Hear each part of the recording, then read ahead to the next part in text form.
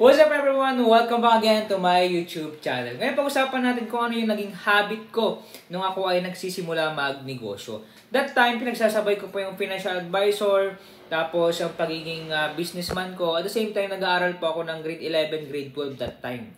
Okay, so ako po nag-aaral ako sa mga YouTube. Okay, hindi pa ako mahilig magbasa that time. Okay, puro ako YouTube. Okay, nanood ako yung Chingitan, everything, sa mga business tips. Okay, nanonood ako sa YouTube. Okay, kaya kung gusto niyo pong matuto, okay, sabi nga ni Warren Buffett, the more you learn, the more you earn. Okay, so ang ginagawa ko paggising ko, okay, naalala ko that time ay 3 AM.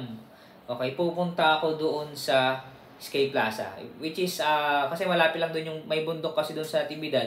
So ang ginagawa ko, nagmumotor ako, kaya naman nagbabike ako papunta doon. Okay, tapos pupunta ako doon sa Sky Plaza. Siyempre, jogging, papawis muna ako.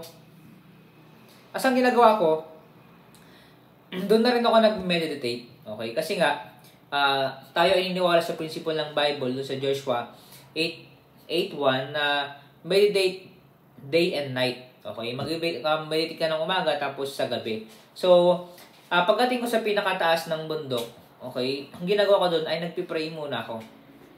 Pray ako, kinakausap ko ang Panginoon. Merong time din na talagang sobrang bigat ng problema. Okay, tapos doon minsan umiiyak na ako doon. Doon medyo gabi pa, mga 4 doon na ako. So ang nangyayari, talagang may time na umiiyak ako. Okay, o kaya naman sumisigaw ako, sinisigaw ko lahat. Lord, ganito ganyan. Madami akong deal sa Panginoon that time. So after ko mag-pray, okay, kinakausap ko ang Panginoon, o kaya sumisigaw ako. Sinisigaw ulit ko ng samahan ng loob. Okay? Tapos yun, kumbaga naging nature lover ako that time. Sabi nila nakakabata raw. Hindi ko alam kung totoo yun. Pero that time bata naman ako so hindi ko kailangan na magpabata.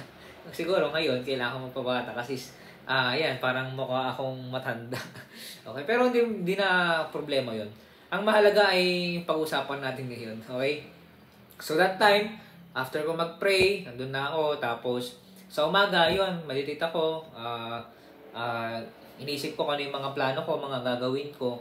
Okay? Tapos may time din na, yun, may nakakausap ako mga mga kabataan na galing sa iba't ibang lugar, nagbabike. Nakipag-usap din ako. So, ang naging habit ko dyan is yung yun, exercise muna. Minsan, pag di ako napag-exercise, ayun, nagpo-push up ako. Okay, so, ang mahirap lang kasi parang sa una ka lang, parang sa una ka lang magaling. Pero, natry ko naman yun, parang once a week. Okay? Once a week, ginagawa ko yun. Pag hindi na nakapunta, yun, jogging ako. So, ganun ginagawa ko nung 17 ako, 18 ako, nung ako ay nagsisimula sa pangnegosyo. Tapos, yun, nag-iisip tayo ng mga strategy kung ano yung pwedeng gawin. Tapos, pag uwi ko, baba ko, yun, bike ako, okay, magmotor ako. Pagdating ko sa bahay, okay, so, module na ako. Okay, kasi nag-module ako that time kasi nag-aaral pa ako eh. So, module ako, tapos, yun, kasi nakabukas na yung tindahan ni ate, tapos yung business ko na Gcash cash in cash out. After that, naghihintay ako ng customer. So, habang nag-aaral ako, habang ako ay nagsasagot ng module, naghihintay ako ng customer. Kaya, yun yung naging habit ko, hintay ako ng customer. Tapos, habang ako ay naghihintay ng customer, yun, nagkako na rin ako, nag-aaral na rin ako sa mga business tips, okay? So, ngayon, siguro, ito na rin yung purpose ko, na lahat ng mga napag-aralan ko ay is a time to share my knowledge, okay? So, kailangan na lang natin is yung application. Kasi, yan, node ka naman ng node. Kung wala ka namang execution, hindi ka naman kumilos ka. Okay? Execution is the best. Okay? Kailangan natin mag-execute. Kailangan natin kumilos sa ating sarili. Minsan nakakatamad talaga, okay? Pero dapat ay, kumbaga, committed ka. Kaya nga, meron ako na, sabi nga ni Doc Willie, so, isa-isa yung teacher. Nasabi niya, dapat meron kang goal sa buhay. Kumbaga, meron kang everyday goal, o kaya 1-month goal, 1-year goal, 5 years goal, 10 years goal. Okay, yung iba naman merong small goal, middle goal, and long-term goal. Kasi pag wala kang goal sa buhay, parang wala nang purpose yung buhay mo. Kailangan meron kang iniisip na goal. Kasi kung wala kang goal sa ginagawa mo, hindi ka tatayo, hindi ka magiging productive. So, kailangan mo ng goal, okay? Kaya ako po, nagkaroon ako ng goal, meron akong iPad, okay? So, sa iPad ko, doon ako nakipag-deal, okay, sa mga client ko. So, ginagamit ko yun. At the same time, yung iPad ko na yun, doon ko nilalagay yung mga goal ko. Okay, 2021, 2022. So, that time, after 5 years, dapat ganito, ganyan. So, that time talagang ang bilis din ng progress ng business ko. Yung parang atat na atat akong maging successful that time. So, pero ang advice ko sa inyo, pag bata pa kayo, alalay lang. Kasi ang na-observe ko, pag bata pa kayo, yung parang binata ka pa, okay, madami ka pang dapat i-explore, okay? So, dapat hinay-hinay lang. Kumbaga, enjoy the progress. Kasi ako that time talagang naging eager ako eh. Kumbaga, sige, ganito ganyan, kahit madaling araw na, kumbaga, kahit wala ka ng tulog, sige, trabaho dyan, trabaho dito. So, hindi. Ang advice ko sa inyo is i-enjoy nyo lang. Okay, enjoy nyo lang yung big business, tapos huwag nyo masyadong i-stress yung sarili nyo. Kasi, ang pera darating naman yan eh. At the same time, pinapaniwalaan ko rin yung kung talagang papayamanin ka ng Panginoon, talagang papayamanin ka. Hindi ka niya pwedeng pigilan. Kasi makita naman ng Panginoon kung pinagkakatiwalaan ka sa maliit eh. So, do not stress yourself kapag bata ka. So, kasi napansin ko, yung mga bata, parang ang gagaling talaga, parang sobrang galing. So, kahit ako rin, kumbaga nasasaktan din ako, kasi nga, totoo naman kasi, that's the reality kapag bata ka pa. Eagerness, okay, madami kang ina-explore, kunyari, magaling ka, mayabang ka. So, kailangan, yun, maging humble tayo. Kaya nga, I always praying to God, Lord, humble me, because I'm very mayabang. So, I'm always praying. So, kung ikaw, bata ka pa, dapat maging malapit tayo sa Panginoon. Okay, yes, andyan yung temptation, pero we need to strive, okay, para maging malapit sa Panginoon. Tsaka, sabi ko nga sa inyo, ang Diyos kasi, mayaman siya.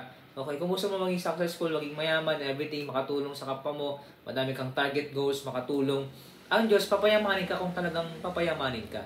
Okay, so do not stress yourself, huwag kang magmadali, enjoy the progress, okay? One step at a time, one failure at a time. Okay, kasi darating yung time na mahihinog ka. Okay, darating time na mahihinog tayo. Okay, ako aminado ako that time kaya ako pumalpak ng madaming beses. Kasi parang napaka-greedy na eh, parang laging mabilis, okay? So sa buhay natin hindi naman kailangan mong bilisan. Okay, ang pinupunto ko lang, kailangan mo ng goal sa buhay para pagising mo may ginagawa ka, hindi yung parang wala kang goal sa buhay, so hindi ka natatayo, tulog ka na lang. Eh sabi sa Bible, kapag yung like kang natulog, hirap yung buhay mo. At the same time, hindi pwedeng kumain yung hindi nagtatrabaho. Kaya, ang advice ko sa inyo, kilos lang ng kilos. Okay? Huwag nyo rin i-stress yung sarili nyo. Kumbaga, i-enjoy nyo lang, i-balance natin yung buhay natin. Okay? Kung time talaga na kailangan mag-grind. Pero kung time na magpahinga. Kailangan ng time ng family. Kailangan time ng Panginoon. Sa Panginoon tayo, okay? Pag Sunday is for the Lord, Sunday. Wednesday prayer meeting, pray ka. Kasi, kailangan balance yung buhay natin. At the same time, mas mataas yung spirituality natin. Kaya always read the Bible, always pray. Okay, day and night. Okay, so ganun din ginagawa ko dati. Kumbaga, nagpe-pray din ako sa gabi. O kaya ngayon ginagawa ko is nakikinig ako ng preaching paggabi. So, yun yung naging habit ko at nawa ay naging blessing sa inyo to. At nagkaroon kayo ng idea kung paano rin kayo magkaroon ng daily habit na maayos, maganda. Okay, para papunta sa success. Okay, huwag natin kalimutan ng Panginoon kapag tayo naging successful, laging ibigay yung glory sa Kanya, ibalik natin sa Kanya. Kaya salamat sa panonood and see you in my next vlog. Ang sunod kong video ay yung nasa business journey pa rin ako. Kaya abangan nyo po, kaya pa-excite. Okay, surprise yung sunod ko na video. Kaya abangan nyo po. Stay tuned and don't forget to like and subscribe and bye-bye. Comment din po kayo if you have a question.